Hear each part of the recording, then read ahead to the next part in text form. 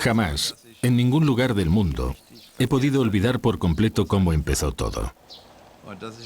Y soy muy consciente de que he tenido muchísima suerte en la vida y de que, afortunadamente, mi vida se ha desarrollado de forma muy variada y muy interesante.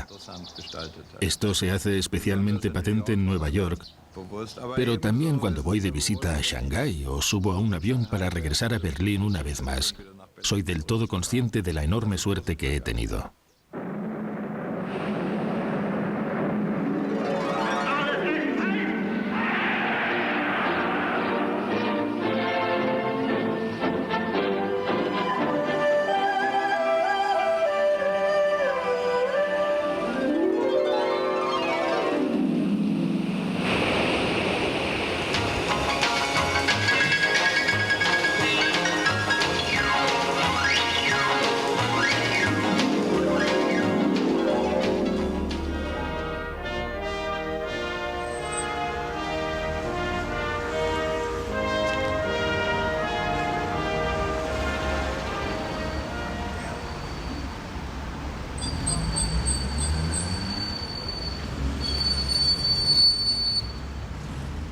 La familia de Werner Michael Blumenthal vivía a principios del siglo XIX en Oranienburg, cerca de Berlín. Tras la crisis económica mundial de los años 20, los Blumenthal se mudan a la cercana capital berlinesa. Poco después, huyendo del terror del régimen nazi, la familia logra huir en última instancia a Shanghái. Los Blumenthal, una familia otrora acomodada y altamente considerada, lucharán por sobrevivir en medio del hambre y la miseria. Mientras la madre se gana el mínimo existencial con su trabajo de modista, el padre no logra superar el infortunio. Bajo estas difíciles circunstancias, la familia al final se rompe. Mis padres se divorciaron en Shanghái y el problema era que aunque mi madre ya no conviviera con nosotros, mi padre, mi hermana y yo, ella vivía con su nuevo marido muy cerca, a solo unos 100 metros.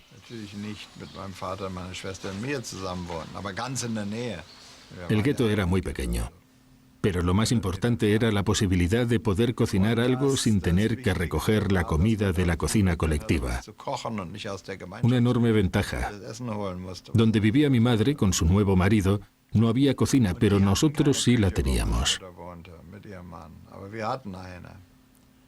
Además, el dinero, los 4 centavos que costaba nuestra mínima alimentación, hasta que organizaciones humanitarias se encargaron de ella, los 4 centavos, digo, los aportaba mi madre, que no mi padre. Al principio, la comida no bastaba para mi hermana y para mí, de modo que había que añadir algo. Mi madre, por ejemplo, venía a casa y cocinaba. Nos dejaba algo para nosotros y se hacía algo para ella misma, etc. Son problemas que hoy por hoy, en los países desarrollados, pueden ser difícilmente comprensibles. Entonces nos preguntábamos, ¿se cocina para ella algo mejor de lo que nos deja para nosotros? Este es el instituto del profesor Pang Wang, que se ha especializado en la historia de los judíos de Shanghái y muy especialmente en la nuestra. Aquí tenemos estas interesantes fotografías, donde, por ejemplo, el profesor abrió su café en medio de este paisaje chino. Y estos eran nuestros vecinos austríacos, judíos de Viena y Graz, que rápidamente se especializaron en abrir cafés, donde los clientes se pasaban las horas muertas ante una taza de café, seguramente malísimo, o una taza de té, porque no tenían nada que hacer.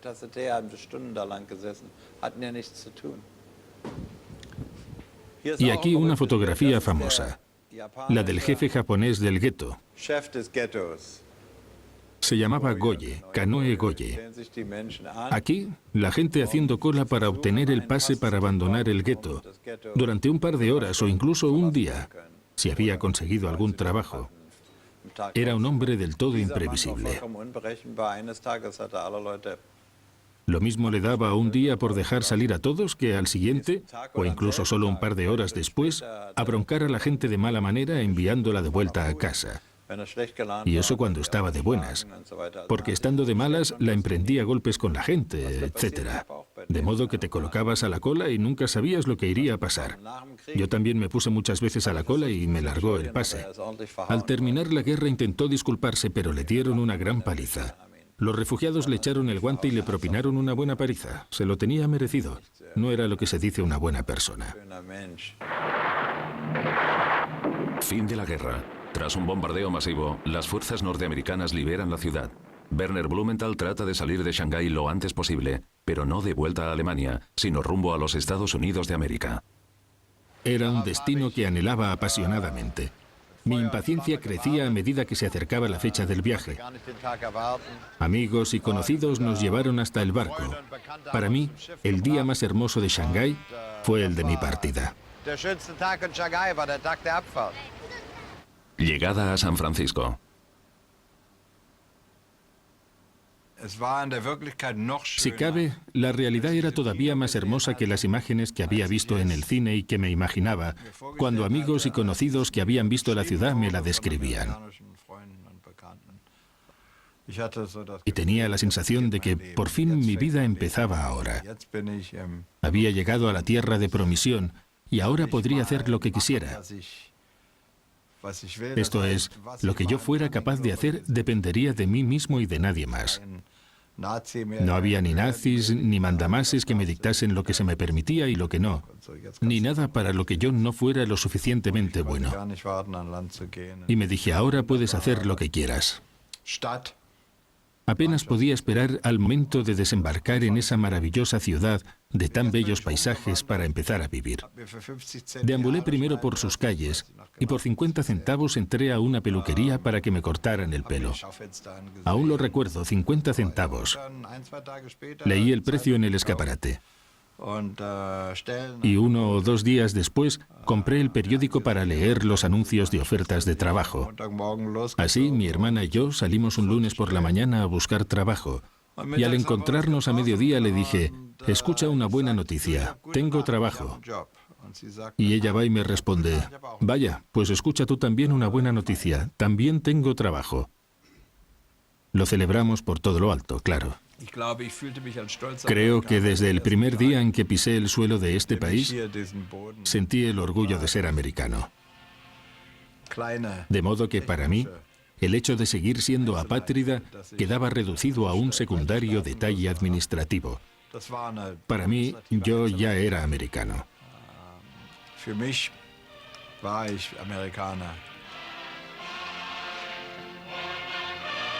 Werner Michael, que ahora se llama Michael, se apresta a realizar su sueño americano y trabaja como vigilante nocturno y ascensorista. Con 22 años, aprueba la High School primero y el bachillerato después, para matricularse en Ciencias Económicas Internacionales en la Universidad Californiana de Berkeley. Y a los 3 o 3 años y medio de estudiar en esa maravillosa universidad californiana que es Berkeley, conseguí mi primer diploma universitario.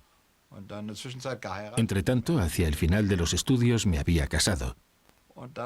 Y entonces me pudo la ambición y me dije, si tienes ya el título de bachelor, podrías conseguir un máster, porque así llegarás más lejos. Siempre intenté sobresalir un poco de la masa. Y si había que estudiar, entonces mejor en una buena universidad. Así es como logré ingresar en Princeton, con un scholarship incluso.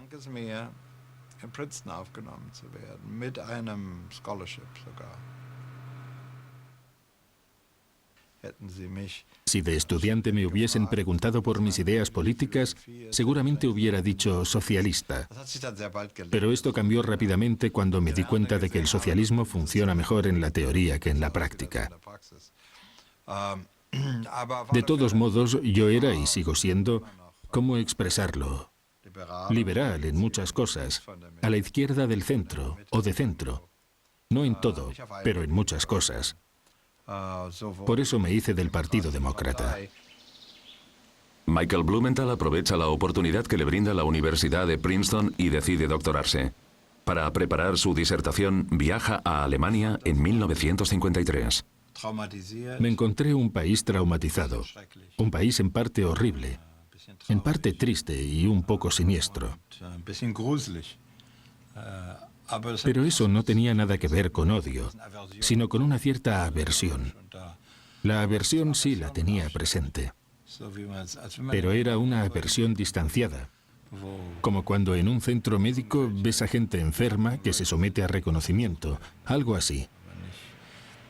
Frente a Alemania no tenía sentimientos ni muy positivos ni terriblemente negativos.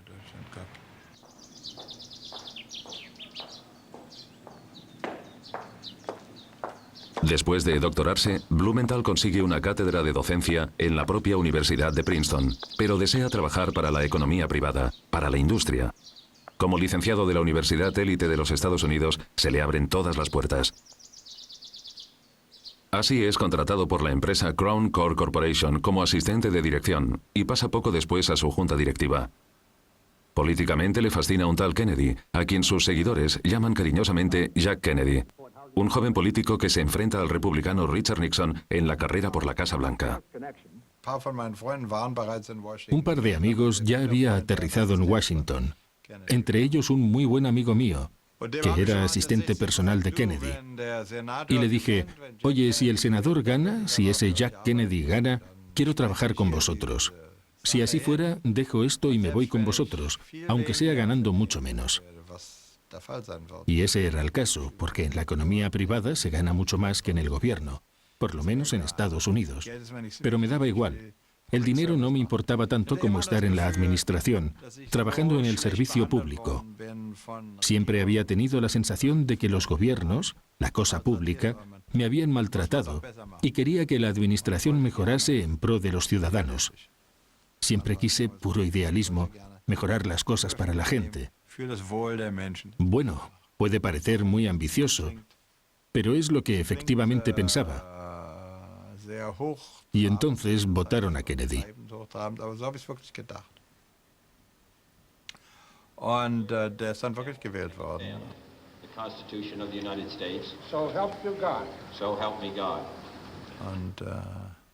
Corrí inmediatamente al teléfono y recordé a mis amigos que aquí estaba yo dispuesto a lo que fuera.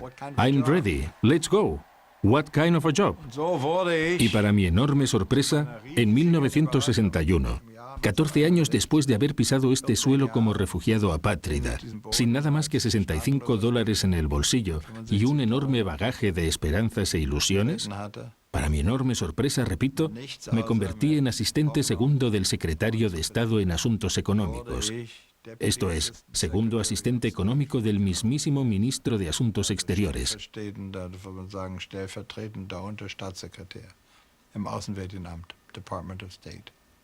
Mis padres apenas se lo podían creer, y yo tampoco.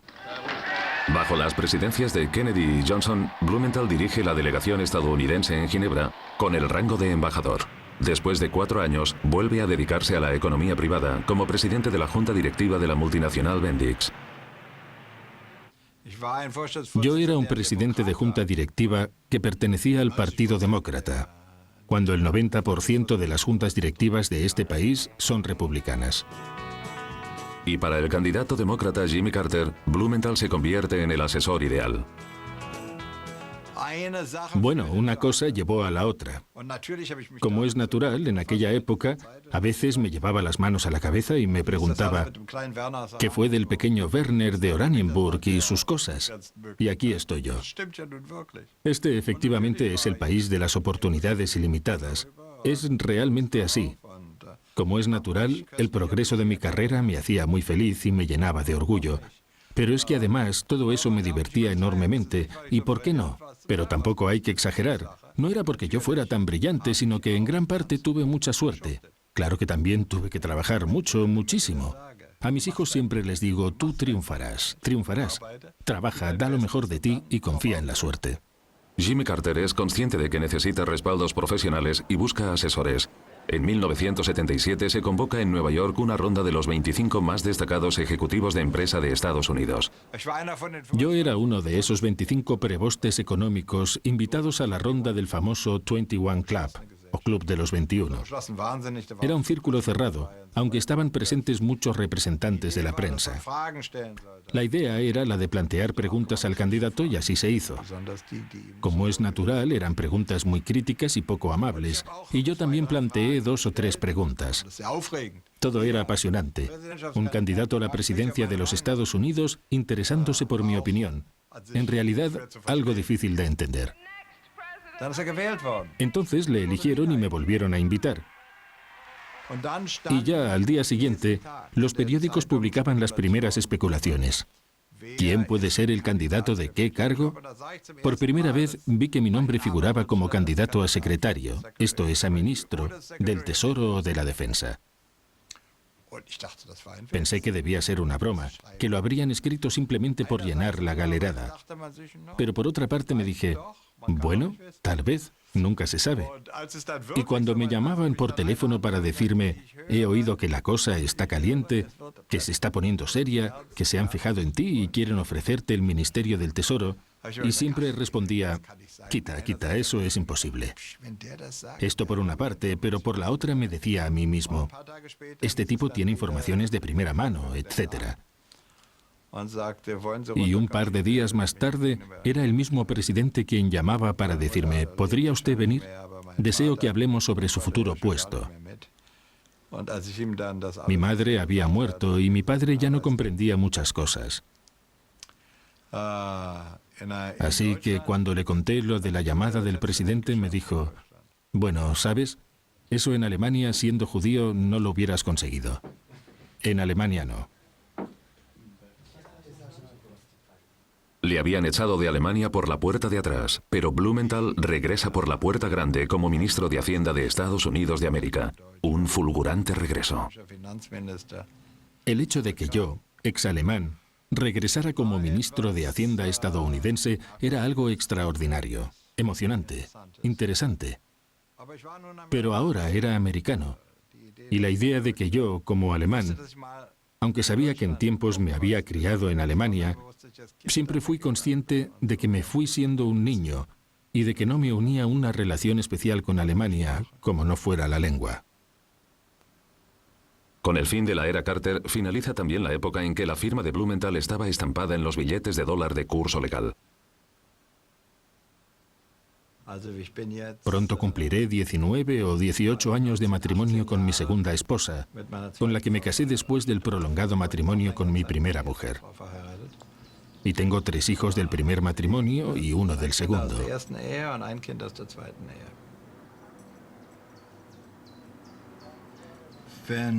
Cuando la diferencia de edad entre los cónyuges es muy grande, una de dos. O no funciona nada, o todo funciona de maravilla. Y con nosotros ha funcionado de maravilla. La mejor decisión que tomé en mi vida fue casarme con mi segunda mujer. Y fui muy afortunado en que ella me aceptara. No tenemos problemas, y nuestra diferencia de edad tampoco es un problema. Por lo menos hasta ahora, hay que tocar madera.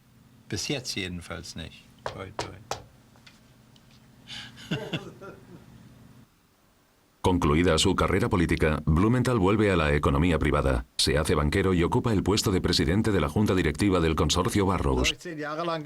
Eso lo hice durante 10 años, hasta que llegó la hora de retirarme y pensionarme. Fue entonces cuando empecé a plantearme la cuestión de cómo fue posible que en este país hubieran ocurrido cosas tan terribles y que la gente, de alguna manera, o había colaborado en ello o no había protestado mirando a otro lado. ¿Cómo fue posible? ¿Cuáles eran las causas? ¿Qué clase de seres humanos eran estos alemanes? ¿Y qué clase de seres humanos habían sido mis padres y los judíos alemanes? Yo tenía un árbol genealógico que mi padre me había dado para que lo conservara.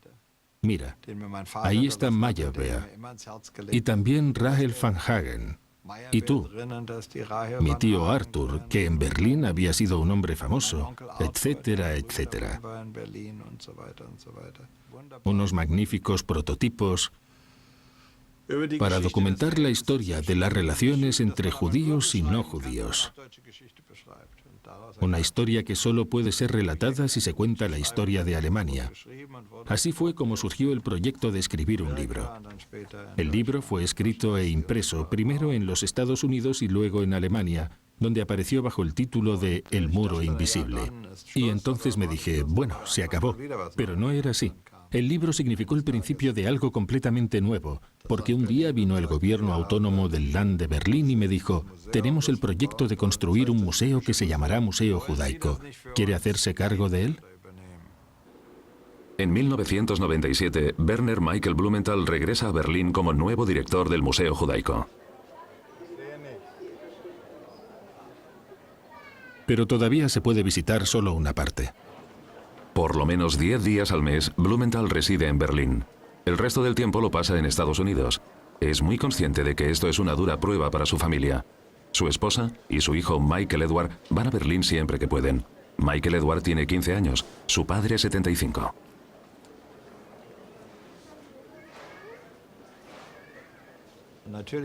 Claro que las cosas son muy distintas cuando la diferencia de edad entre padre e hijo es tan grande, pero en muchas cosas aumenta el interés porque uno ha aprendido mucho y tiene mucha experiencia. En cierto modo, la relación con mi hijo es estrecha, muy estrecha. Una relación algo complicada, pero muy estrecha y hermosa.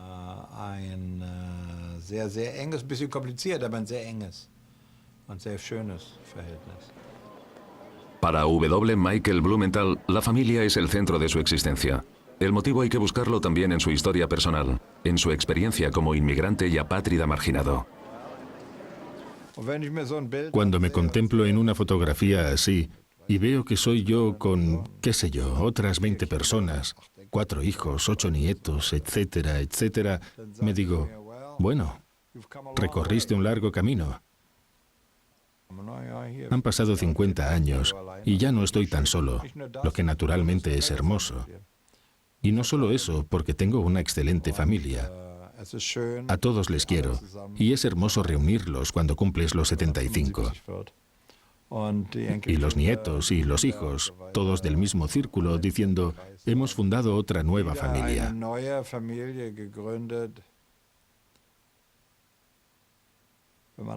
Cuando has empezado desde un punto en el que los nazis intentaron destruir todo esto, haberlo levantado de nuevo es... Esta fotografía es una buena prueba de que hemos logrado reconstruirlo.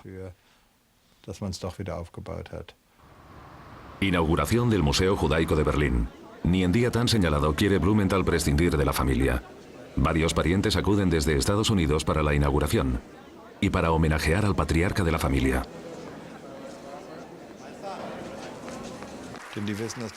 Sí, porque saben que esto es muy importante para mí. Y también es importante para mí que todos ellos sean americanos. Y en tercer lugar, es muy importante para mí que con todo, esta familia no olvide sus raíces judeo-germanas y las tenga bien presentes. En ello, el museo, la inauguración del museo, la labor que allí desempeño, tienen naturalmente un destacado papel. Se trata de una forma muy importante de recordar esta parte de la familia, sus orígenes y sus raíces, que espero que mis hijos y nietos recuerden siempre. Claro que aparecer nuevamente como anciano en esta ciudad, en la que viví de niño, para trabajar en un museo, por así decirlo, que aquí haya sido conservada la historia de mi familia y de mi gente, de quienes me dieron el ser, es como si el círculo de mi vida se cerrase. Porque yo, aunque sea parcialmente, 10 días al mes, resido de nuevo aquí, en la ciudad en la que viví. Naturalmente, se reproduce la misma sensación. La sensación de que el círculo se vuelve a cerrar. Y ciertamente esto me satisface. Es una fuente de muchos y hermosos sentimientos.